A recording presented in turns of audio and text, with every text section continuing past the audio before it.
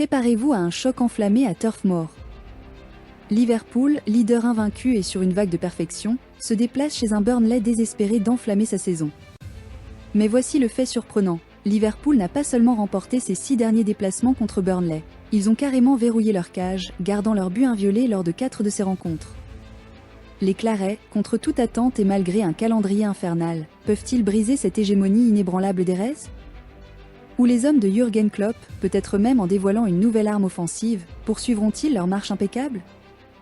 Le décor est planté pour une bataille palpitante, découvrons ce qui est réellement en jeu.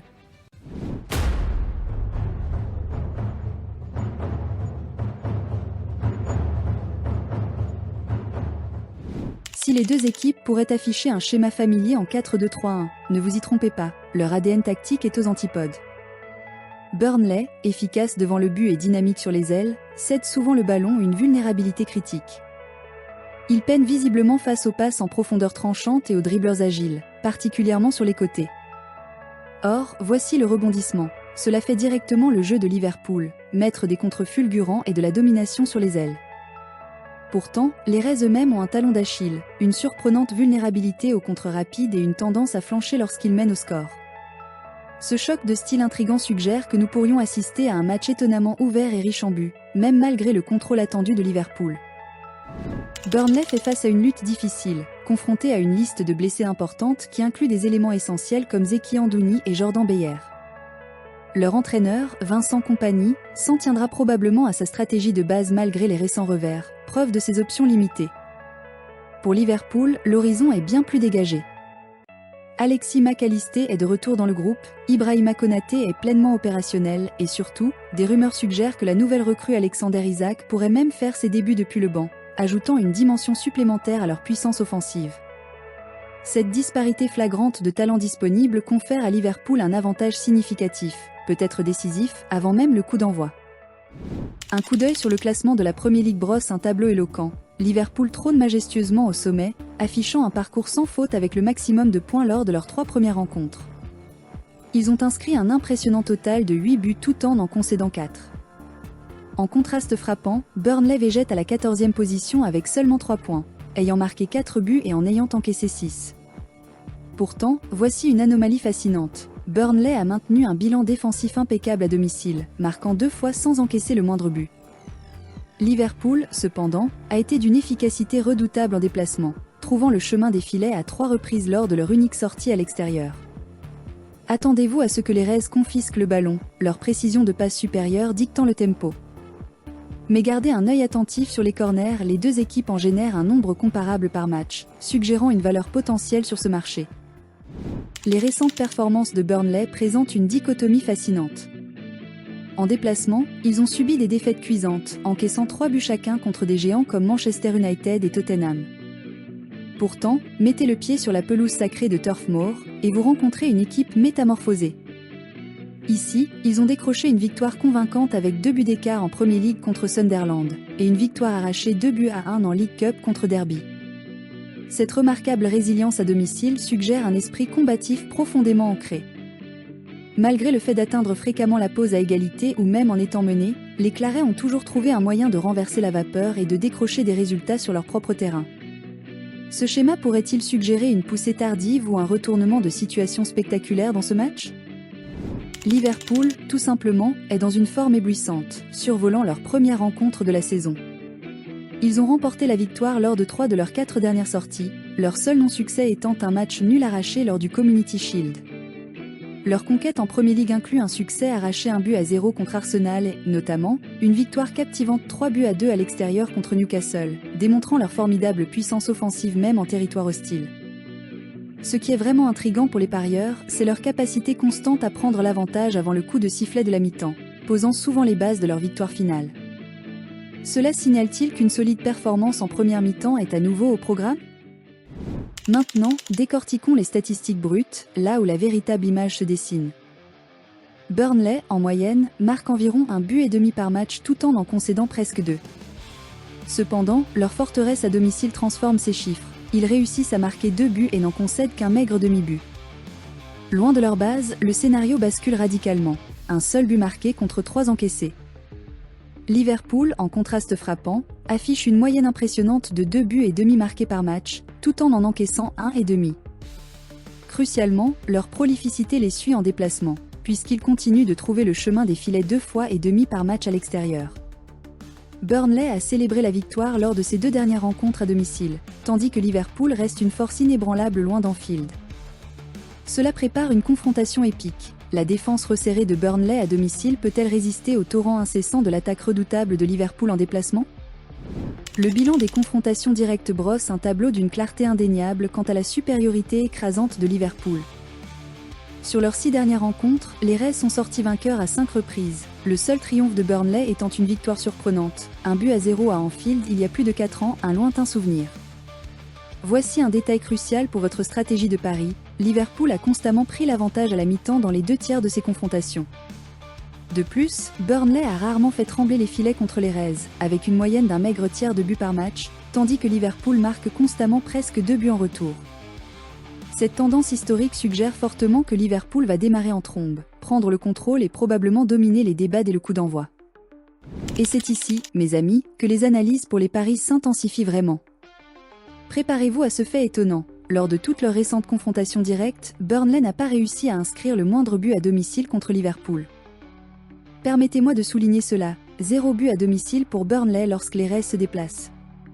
Inversement, Liverpool a maintenu une défense impénétrable, gardant sa cage inviolée lors de chaque récent déplacement à Turf Moor. Non seulement cela, mais Liverpool trouve souvent le chemin des filets avec une plus grande fréquence à l'extérieur contre Burnley que dans leur propre stade, frappant fréquemment en première mi-temps en déplacement. Ce schéma convaincant et constant offre un indicateur puissant. Liverpool est non seulement susceptible de remporter ce match, mais il pourrait très bien le faire sans que leur gardien ne soit inquiété une seule fois. En nous penchant sur la taille, les défenseurs et milieux de terrain de Burnley affichent collectivement un léger avantage de stature sur leurs homologues de Liverpool. Cela pourrait leur conférer un avantage subtil dans les duels aériens cruciaux, particulièrement dans leur propre surface de réparation ou lors des dégagements au milieu de terrain. Pourtant, les Reds contrebalancent cela avec un gardien plus grand, renforçant sa domination dans la surface, et leurs attaquants possèdent également un avantage de taille minime. Bien que ce ne soit pas une différence monumentale, ces variations minimes pourraient certainement devenir un facteur décisif dans les batailles sur coups de pied arrêtés, tant en défense qu'en attaque, ajoutant une autre dimension à considérer pour ceux qui s'intéressent au marché de niche. En se penchant sur l'âge moyen des joueurs, on découvre une parité surprenante entre les 2 effectifs. La ligne défensive et le milieu de terrain de Burnley sont marginalement plus expérimentés que ceux de Liverpool, mais la distinction est vraiment négligeable. Cette légère différence offre-t-elle un avantage stratégique, qu'il s'agisse de l'exubérance juvénile ou de la sagesse des vétérans ? Il semble que non. Pour cette rencontre, du moins en termes d'âge, nous pouvons considérer qu'il s'agit d'une égalité parfaite, aucune des 2 équipes ne détenant un avantage distinct.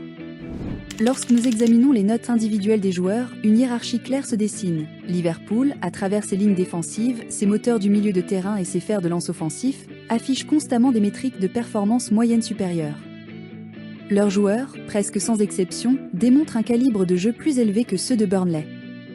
Fait intéressant, les gardiens de but sont évalués de manière égale, suggérant 2 présences redoutables dans les cages. Néanmoins, cette disparité prononcée en termes de qualité individuelle globale et de performance constante renforce sans équivoque le statut de Liverpool en tant que favori écrasante pour cette rencontre. Concentrons-nous sur les stars qui pourraient vraiment briller. Pour Burnley, surveillez Lyle Foster, une présence imposante qui excelle dans les duels aériens. Josh Cullen est leur cœur créatif indéniable, orchestrant le jeu, leader en passes décisives et passes clés, et même auréolé d'un titre d'homme du match. Jadon Anthony représente leur menace de but la plus redoutable. Du côté de Liverpool, le colossal Virgil van Dijk reste un colosse aérien, dominant les airs. Cody Gakpo est un véritable joueur d'exception, une force polyvalente qui mène en passes décisives et passes clés, partageant les honneurs d'homme du match et démontrant son immense influence globale. Gardez un œil sur Hugo Ekitike, un buteur confirmé qui a également une performance d'homme du match à son actif. Ces duels individuels pourraient dicter le cours du match. Mais chaque équipe a son talon d'Achille, et certains joueurs révèlent des vulnérabilités. Pour Burnley, Josh Cullen, malgré son génie créatif, a été étonnamment facile à contourner, dribblé plus que tout autre joueur, et a même eu la malchance de marquer un but contre son camp. Lyle Foster, bien que fort dans les airs, a tendance à commettre des fautes et se retrouve souvent en position de hors-jeu. Du côté de Liverpool, même l'influx Cody Gakpo a un côté impétueux, menant l'équipe en faute et hors-jeu, ce qui indique une approche agressive, mais parfois indisciplinée.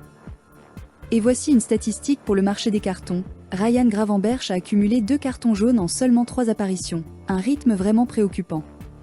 Ces faiblesses seront-elles exposées, menant potentiellement à des coups francs, des pénaltys ou même un avertissement?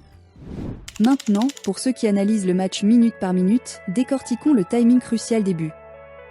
Burnley a un schéma distinct de marquer et d'encaisser en seconde période, avec une concentration particulière de l'action se produisant entre la 50e et la 70e minute. Ils ont également montré une propension à concéder des buts cruciaux en toute fin de match, au-delà de la 90e minute. Liverpool, inversement, a l'habitude de frapper juste avant le coup de sifflet de la mi-temps, typiquement dans les 15 dernières minutes de la première période, puis à nouveau très tard dans les matchs, souvent dans les 10 dernières minutes ou en plein temps additionnel. Eux aussi montrent une tendance à concéder des buts tout au long de la seconde période. Cette interaction fascinante des fenêtres de but suggère fortement que le drame de fin de match, particulièrement sous forme de but, n'est pas seulement une possibilité, mais un scénario hautement probable dans cette rencontre. Pourrions-nous assister à une conclusion palpitante? Pour ceux qui visent le marché du nombre total de buts, préparez-vous à des feux d'artifice potentiels.